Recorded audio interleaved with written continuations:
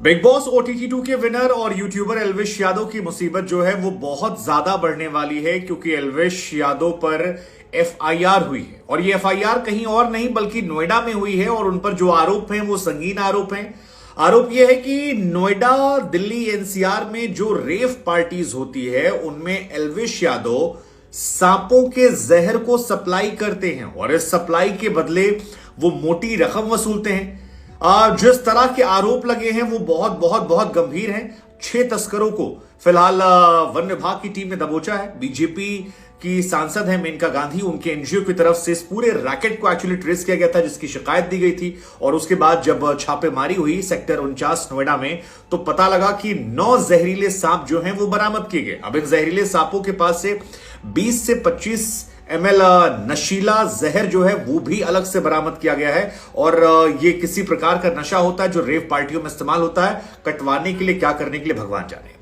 लेकिन जो सांप बरामद हुए हैं एल्विश यादव पर जो ये आरोप है, इसमें 5 कोबरा सांप है, दो मुंहे सांप बताए जा रहे हैं। इसके अलावा एक लाल रंग का सांप है, एक अजगर सांप है और कुछ और भी सांप हैं वो मिले हैं। मतलब काफी सेंसिटिव ये मामला है, क्योंकि एल्विश यादव को हाल फिलहाल में बहुत तेज लाइमलाइट मिली थी, तमाम टीवी शोज में आने वाले थे, तमाम गाने निकल कर आ रहे थे। लेकिन जो एफआईआर है फिलहाल वो बहुत सेंसिटिव है और इनके अलावा 5 जिन लोगों को हिरासत में लिया गया है उनके नाम है राहुल, दूसरा व्यक्ति है टीटू नाथ, तीसरा व्यक्ति है जयकरण, चौथा व्यक्ति है रविनाथ नारायण और आखिरी नाम जो है एफआईआर में वो बकायदा लिखा गया है एल्विश यादव यूट्यूबर, यही लिखकर उसमें निकाला गया है। अब 5 कोबरा का मिलना, पाइथन का मिलना, 2 मुंहे सांप का मिलना, एक रैट स्नेक का मिलना, ये अपने आप में एक सेंसिटिव खबर हो जाती है और उससे भी ज्यादा सेंसिटिव हो जाती है ये आरोप लगना कि इन सांपों के जहर को सप्लाई करने के पीछे वो मोटी मोटी रकम लिया करते थे। अब आपको बता दें कि रेव पार्टी जो होती है वो एक प्रकार से गुपचुप तरीके से की जाने वाली पार्टियां होती हैं, जहां पर जिनके पास बेतहाशा पैसा होता है वो लोग ऐसी पार्टियों में जाकर पैसा देते हैं और प्रिवेसी यानी एक्सपोज ना हो दुनिया में, छिप छिपाकर दुनिया के सारे नशों को वहां पर लेते हैं। आमतौर पर रेव पार्टी के माने यही मनाता है। इन पार्टियों में दबा के पैसा चलता है और गुपचुप तरीके से होती है। इन एक अलग तरह के लोग होते हैं जो अमीरजादे होते हैं, उनका एक सर्किल होता है और इन पार्टियों में बाहर से आने की इजाजत नहीं होती है। वो लिमिटेड लोग होते हैं जिनको होती है और आयोजक जो होते हैं वो मेक श्योर करते हैं कि इन पार्टियों के बारे में ज्यादा लोगों को जानकारी ना हो, साथ ही ये भी ना पता लगे कहां पर हो रही है। तो किसी एक प्राइवेट जगह पर प्राइवेट तरीके से छिप छिपाकर खूब सारी लड़कियों को लाकर, विदेशी लड़कियां और तमाम चीजें और ड्रग्स, नशा, जितनी चीजें होती हैं वो इन रेप पार्टियों में होता है और इसी में इन सांपों का जहर। अब एल्विश यादव को लेकर मुसीबत यह है कि जिस एनजीओ ने शिकायत करा है वो भी बीजेपी से और एल्विश को फिलहाल बीजेपी ने काफी सपोर्ट भी किया था, तो बीजेपी को लेकर उनकी ट्रोलिंग जो है वो भी काफी ज्यादा हो गई। तमाम लोगों ने मनोहर लाल खट्टर की तस्वीरें, निर्मला सीतारमण जी की, स्मृति ईरानी जी की तस्वीरें, इन तमाम तस्वीरों को शेयर कर करके सोशल मीडिया पर निशाना साधना शुरू कर दिया। एल्विश पर भी निशाना साधा जा रहा है कि यार आप अपने आप को राइट विंग का हिंदूवादी सपोर्टर कहते थे और आप इस तरह की हरकतें करते हो, जो जानवरों को उनके जहर निकालकर सप्लाई करने की बात आती है आप खुद को देशभक्त कहते हो। ये कैसी देशभक्ति है जो रेव पार्टीज को ऑर्गेनाइज करती है, फॉरेन लड़कियों को बुलाती है, उन्हें सांपों के जहर का सेवन करने की मौका देती है। I mean